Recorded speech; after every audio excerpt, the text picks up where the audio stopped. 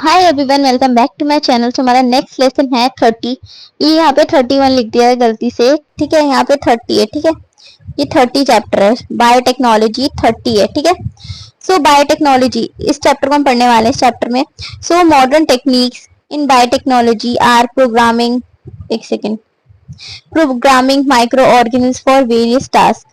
देखो इस चैप्टर में पढ़ने वाला है जो मॉडर्न टेक्निक्स लाए गए हैं, जो कि बायोटेक्नोलॉजी मतलब क्या है, बायोलॉजी से रिलेटेड ही एक तरीके से, ठीक है। मतलब बायोलॉजी में क्या क्या टेक्नोलॉजी ऐड हुई है, ठीक है। सो मॉडर्न टेक्निक्स क्या क्या है, तो वो उसी लेसन में हम पढ़ने वाले हैं। In this lesson you will learn about use of micro organism in industries. तो इस चैप्टर में पढ़ने वाले हैं कि माइक्रो ऑर्गेनिज्म का यूज कैसे किया जाता है इंडस्ट्रीज के अंदर। तो सबसे पहले हम आ जाते हैं स्लाइड्स पे, ठीक है। उससे आपको ज्यादा इजीली समझ में आएगा। सो बायोटेक्नोलॉजी हमारा लेसन है next. So what is biotechnology? तो बायोटेक्नोलॉजी है क्या? जो टेक्नोलॉजी हमारी बायोलॉजी पे बेस करे, ठीक है। जो टेक्नोलॉजी हमारी बायोलॉजी के ऊपर डिपेंड करती है पूरी। An area of science involving living system, जिसमें एक साइंस के एरिया में जिसमें हमारा लिविंग सिस्टम पूरा इन्वॉल्व है।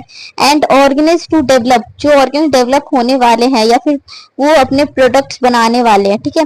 For benefit of human kind, हम ह्यूमंस के लिए जो बेनिफिशियल होगा, वो सारी टेक्नोलॉजीज हमारी बायोटेक्नोलॉजी में आती है, ठीक है।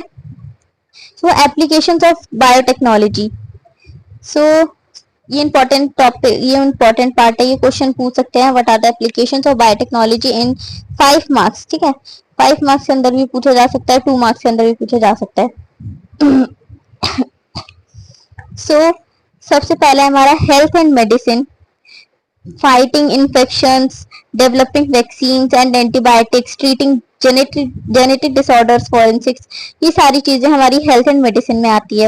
नेक्स्ट हमारा इन्वायरमेंट, बायोमेडिटेशन, रीमेडिटेशन, ठीक है।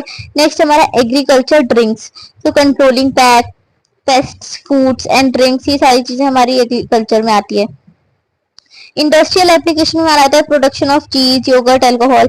जब हमारा चीज, योगर्ट, अल्कोहल का प्रोडक्शन हो रहा है वो हमारा इंडस्ट्रियल एप्लीकेशन में आता है। हेल्थ एंड मेडिसिन मतलब नाम से समझ आ रहा है, इन्फेक्शन, एंटीबायोटिक्स का फॉर्मेशन हो रहा है। एनवायरमेंट में हमारा बायो रिमेडिएशन होता है, ठीक है। एग्रीकल्चर में हमारे एग्रीकल्चर है मतलब पेस्ट को कंट्रोल करने के लिए कोई ना कोई दवाई चाहिए, उस फूड, ड्रिंक्स, उन सब चीजों के लिए दवाई चाहिए। वो सारी चीजें हमारी एग्रीकल्चर में आती है, ठीक है। सो नेक्स्ट है हमारा industrial micro organism and their industrial products, ठीक है। सो सबसे पहले आता है हमारा micro organism and products. Micro organism क्या क्या आता है हमारा, fungi, bacteria and filamentous bacteria, ठीक है। Filamentous bacteria. So filamentous bacteria में क्या आता है हमारा, एक्टोमाइसिटीज आता है, एक्टिनोमाइसिटीज, ये याद रखना, ठीक है। फंजाई में हमारा क्या आता है, यीस्ट एंड मोल्ड्स। और बैक्टीरिया तो बैक्टीरिया, ये बैक्टीरिया हमारे 4 टाइप्स होते हैं, हम सबको पता ही है। प्रोडक्ट्स ये देते क्या क्या है, एल्कोहलिक बेवरेजेस देते हैं, योगर्ट देते हैं, दही देते हैं, प्रोटीन, विटामिन, स्टेरॉइड्स, एंजाइम्स देते हैं, हमें एंटीबायोटिक्स देते हैं, एंटीबॉडीज देते हैं, और बायोगैस भी हमें प्रोवाइड करते हैं, ठीक है। जो इंडस्ट्री जो माइक्रो ऑर्गेनिज्म के थ्रू निकालती है प्रोडक्ट्स, वो सारी प्रोडक्ट्स ये है। और कौन कौन से माइक्रो ऑर्गेनिज्म से निकाले गए हैं वो ये यहाँ पर लिखे हुए हैं लेफ्ट साइड पे, ठीक है। नेक्स्ट हमारा फर्मेंटेशन। तो फर्मेंटेशन पता है आपको कैसे होता है, ग्लूकोज में जब हम यीस्ट डालते हैं तो हमारा इथाइल अल्कोहल फॉर्म होता है, और जो हमारा CO2 और ATP है वो हमारा एनर्जी के फॉर्म में रिलीज हो जाता है, ठीक है।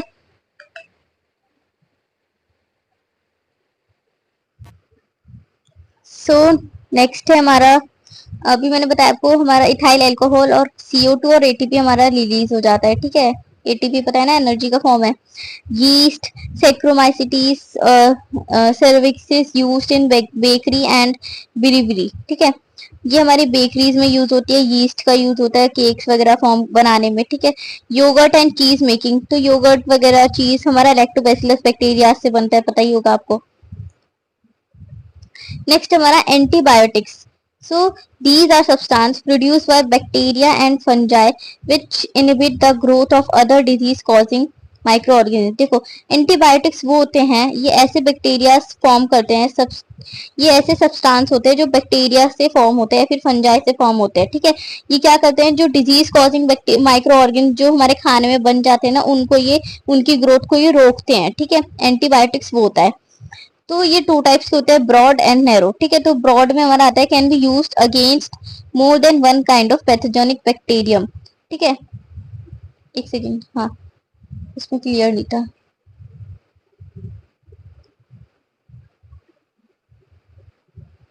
सो ब्रॉड में हमारा आता है can be used against more than one kind of pathogenic bacterium. इसमें ब्रॉड में आता है हमारा जिसमें हम एक से ज्यादा तरीके के बैक्टीरिया यूज करते हैं उसके अगेंस्ट में। ठीक है, और नैरो में जिसमें हम कुछ ही बैक्टीरिया को यूज कर सकते हैं उसके अगेंस्ट में। ठीक है, एंटीबायोटिक्स। ठीक है, जो ग्रोथ को उसकी रोक सके माइक्रो ऑर्गेनिज्म की। नेक्स्ट हमारा वैक्सीनेशन। तो वैक्सीनेशन फर्स्ट जनरेशन वैक्सीन क्या होती है, made from weekend disease during microbes. और जो हमारी सेकेंड जनरेशन वैक्सीन क्या होती है, प्रोड्यूस बाय जेनेटिक इंजीनियरिंग। और थर्ड हमारी होती है सिंथेसाइज फ्रॉम केमिकल्स। थर्ड हमारी केमिकल से फॉर्म होती है। सेकेंड वाली हमारी जेनेटिक इंजीनियरिंग से फॉर्म होती है। जेनेटिक मतलब जीन्स में चेंजेस हो रहे हैं। और फर्स्ट जनरेशन जो कि हमारे डिजीज जो जिस माइक्रोब ने वो डिजीज कॉज किया ना उसी से हम वो वैक्सीन बनाते हैं। ठीक है, पर वो माइक्रोब्स जो वीक हो। ठीक है, उससे प्रोडक्शन ऑफ विटामिन। तो vitamin are required in very small quantities, हमने पता ही है इस हमारी बॉडी में हमें विटामिन की इतनी ज्यादा जरूरत है नहीं। They can be produce using biotechnology. इसको हम बायोटेक्नोलॉजी के थ्रू यूज कर सकते हैं, थ्रू मतलब प्रोड्यूस कर सकते हैं, सिंथेसिस कर सकते हैं। Vitamin C was the first vitamin to be produced during fermentation process. Vitamin C पहला ऐसा विटामिन था जो कि फर्मेंटेशन प्रोसेस के थ्रू ये प्रोड्यूस हुआ था, वो भी बैक्टीरिया से। ठीक है, सिर्फ और सिर्फ बैक्टीरिया से। नेक्स्ट है हमारा प्रोडक्शन ऑफ बायोगैस। तो बायोगैस पता होगा, भोपाल गैस ट्रेजेडी वाला। ठीक है, केस बहुत ही बड़ा केस था ये। बायोगैस में हमारा 40 to 70% हमारा मीथेन प्रेजेंट होता है। ये हमारा बायो फर्टिलाइजर होता है, हमारा बायोगैस रिएक्टर जहाँ पे यहाँ ये होता है हमारा पाइपिंग जहाँ से हम केमिकल्स डालते हैं। ठीक है, और यहाँ पे ये हमारा पूरा बायोगैस है। ये हमारा 40 to 70% इसमें मीथेन होता है, याद रखना। ठीक है, सबस्ट्रेट इसमें क्या होता है, फूड वेस्ट जो होता है, एग्रीकल्चर वेस्ट, इंडस्ट्रियल इस जो मैन्योर वेस्ट, मतलब ये पूरा एक तरीके से बायोगैस जो होता है वेस्ट प्रोडक्ट से मिलकर बना हुआ होता है। ठीक है, नेक्स्ट हमारा जेनेटिक इंजीनियरिंग। तो जेनेटिक इंजीनियरिंग क्या है, is when genetic makeup of an organism is altered bye inserting और डिलीटिंग और changing specific pieces of DNA. जब हम कुछ डीएनए में कुछ स्पेसिफिक चेंज करते हैं उसी को हम जेनेटिक इंजीनियरिंग का नाम दे देते हैं। Identical copies can be made and store in gene libraries. जो identical copies total same to same जो हम बनाते हैं, ठीक है, उसको हम जीन लाइब्रेरीज में स्टोर करके रख सकते हैं। When and conducting genetic engineering the organisms that have their genetic makeup altered are referred to genetically modified organisms। ठीक है, जो ऑर्गेनिज्म के जिस ऑर्गेनिज्म के पास जेनेटिक मेकअप होता है, ठीक है, वो उसको हम directly genetically modified organism convert कर सकते हैं या फिर उनको ये कह सकते हैं। ठीक है, उसको हम जीएमओएस के शॉर्ट में कहते हैं। It utilise molecule that have been engineered through recombinant of DNA. जब हम डीएनए का रिकॉम्बिनेशन करते हैं तब हमारी ये मॉलिक्यूल्स जेनेटिक इंजीनियरिंग के मॉलिक्यूल्स भी प्रोड्यूस होते हैं। ठीक है, जिसको हम आरडीटी भी कहते हैं। इस तरीके से देख सकते हो रिकॉम्बिनेंट डीएनए टेक्नोलॉजी कैसे फॉर्म हो रहा है। ये तो गुप्ता का डीएनए इस तरीके का दिखता है ना। इसी तरीके से हमारे रिकॉम्बिनेंट डीएनए का फॉर्मेशन होता है यहाँ पर। ठीक है, नेक्स्ट है हमारा applications of genetic engineering. Protein manufacture सबसे पहला आता है हमारा प्रोटीन मैन्युफैक्चर। ठीक है, जैसे कि एग्जांपल इसमें आता है प्रोटीन मैन्युफैक्चर। प्रोटीन कहाँ कहाँ बनता है, insulin, growth hormone, erythropoietin and interferons. ठीक है, इन चारों में हमारे प्रोटीन का मैन्युफैक्चर हो रहा है। नेक्स्ट हमारा एंजाइम्स। एंजाइम्स हमारे कहाँ कहाँ पे फॉर्म हो रहे हैं, प्रोटीज एंड एमिलीज। ठीक है, इन दोनों में हमारा एंजाइम्स का फॉर्मेशन हो रहा है। एंटीबायोटिक्स का कहाँ का फॉर्मेशन हो रहा है हमारी, और वैक्सीन जो रेबीज के लिए, हेपेटाइटिस बी के लिए, ये हमारी डेवलप हो चुकी है, ये हमारी बन चुकी है। ठीक है, नेक्स्ट है हमारा ट्रांसजेनिक ऑर्गेनिज्म। ट्रांसजेनिक ऑर्गेनिज्म क्या होती है, genetically engineered organism carry foreign genes are called transgenics. जो जेनेटिकली इंजीनियर ऑर्गेनिज्म होते हैं उनके पास अगर फॉरेन जीन्स प्रेजेंट हो तो उसको हम ट्रांसजेनिक्स कहते हैं। इसका यूजफुल क्या है, स्टडी ऑफ डिजीज को पढ़ने में आसान रहेगा, बायोलॉजिकल प्रोडक्ट्स को पढ़ने में आसानी रहेगी, वैक्सीन सेफ्टी रहेगी and study of normal physiology और डेवलपमेंट करने में और में हेल्प मिलेगी। Methodology for production of transgenics.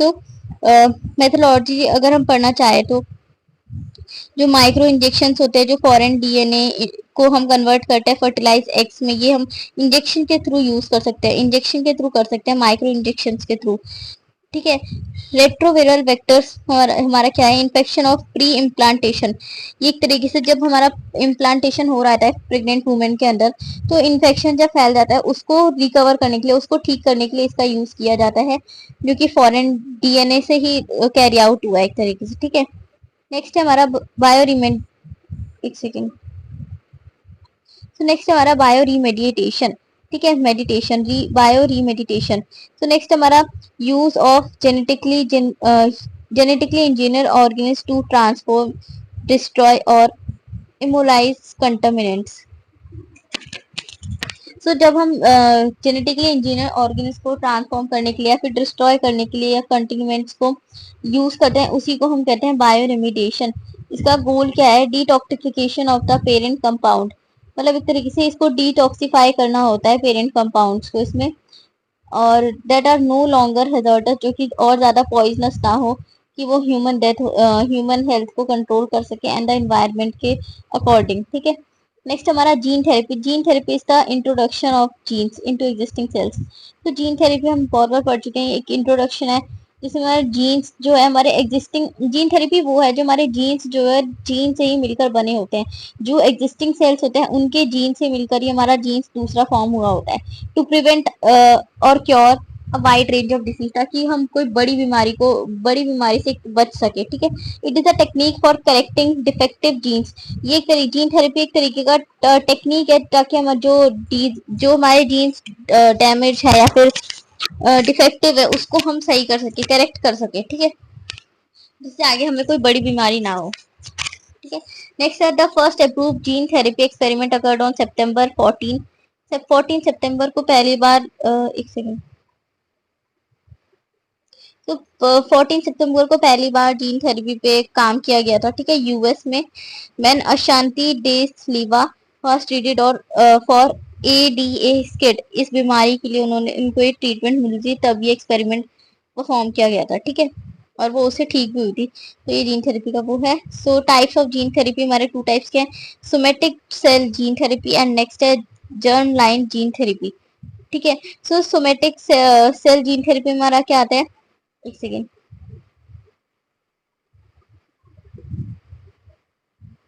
तो सबसे पहला आता है हमारा थेरेपेटिक जीन्स। ये क्या होता है, ट्रांसफर होता है सोमेटिक सेल्स में डायरेक्टली, और इसमें हमारे जो होता है वो डायरेक्टली जर्म सेल्स में ट्रांसफर होते हैं। जैसे example, introduction of genes into into bone marrow cells. ठीक है, और इसमें जो जीन्स होते हैं प्रोड्यूस होते हैं डायरेक्टली एग्स और स्पर्म में।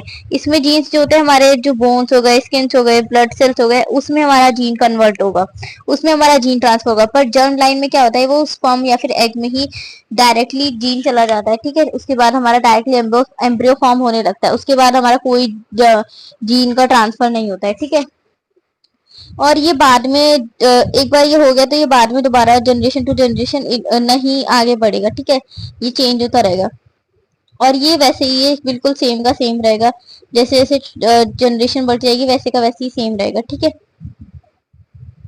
जैसे मान लो कोई दादी है वो अंधी है, ठीक है, तो उसकी जो बेटी हुई वो भी अंधी होगी, फिर उसकी जो बेटी वो भी अंधी होगी। तो इस तरीके से जर्म लाइन जीन थेरेपी चलती है। ठीक है।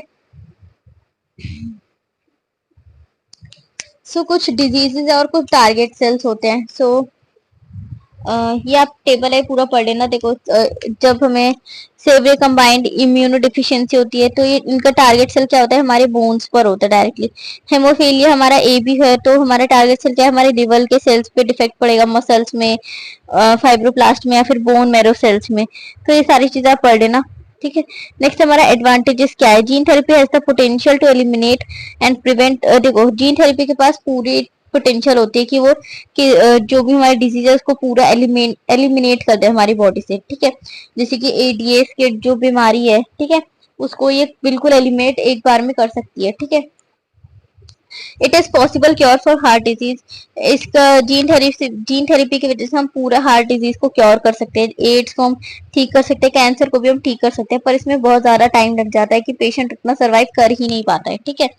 It can be use to eradicate disease from the future generation. इसका यूज हम इसलिए कर सकते हैं ताकि हम फ्यूचर से ये वाली डिजीज पूरी ही हटा दे, पूरी जनरेशन को आगे सफर ऐसा करना ही ना पड़े। प्रिवेंटिंग कैंसर सेल्स, ये अभी काम इस पे चल रहा है। ठीक है, preventing cancer cells from developing new blood vessels, और हम कैंसर सेल्स को और डेवलप करने से रोक सकते हैं, कि हमारे जो एक्स्ट्रा सेल्स, अनवांटेड सेल्स जो हमारी बॉडी में बनते ही जा रहे हैं, जो हमने लास्ट चैप्टर में पढ़ा है, ठीक है। सो चैलेंजेस इन जीन थेरेपी। सो सबसे पहला आता है हमारा एक सेकेंड, जीन डिलीवरी एक्टिवेशन में हमारी प्रॉब्लम्स होती हैं। Introducing changes into germ line, immune response में हमारी दिक्कत होती है। Efficient delivery, correct gene, correct cells, correct tissue, कहाँ पर हमारी करेक्ट चीजें गई है कि नहीं, ये सारी चीजें, इन सब चीजों की वजह से जीन थेरेपी। तो वापस आ जाते हैं, अब देखो पीडीएफ पे तो इस सारी चीजें हम पढ़ चुके हैं। तो एक बार ये पीडीएफ रीड आउट कर लेना, कुछ ज्यादा इसमें लिखा भी नहीं है, ठीक है। सो बेसिकली जैसे ये क्वेश्चन है, बस एक दो मार्क्स से इसमें से क्वेश्चन आएंगे, ज्यादा क्वेश्चन भी नहीं आते हैं कि जीन थेरेपी क्या है, बायो रिमेडिएशन क्या होता है, ठीक है, ये सारी चीजें पूछ सकते हैं। ये क्वेश्चन से कुछ ये ट्राई करके देख लेना। मैंने बताया भी जीन थेरेपी बहुत ज्यादा इंपॉर्टेंट है, ठीक है। जीन थेरेपी की डेफिनेशन तो अच्छे से रट कर जाना, ठीक है। सो इतना ही था चैप्टर। सो प्लीज सब्सक्राइब कर दो, और इससे मुझे मोटिवेशन मिलता है। So thanks for watching.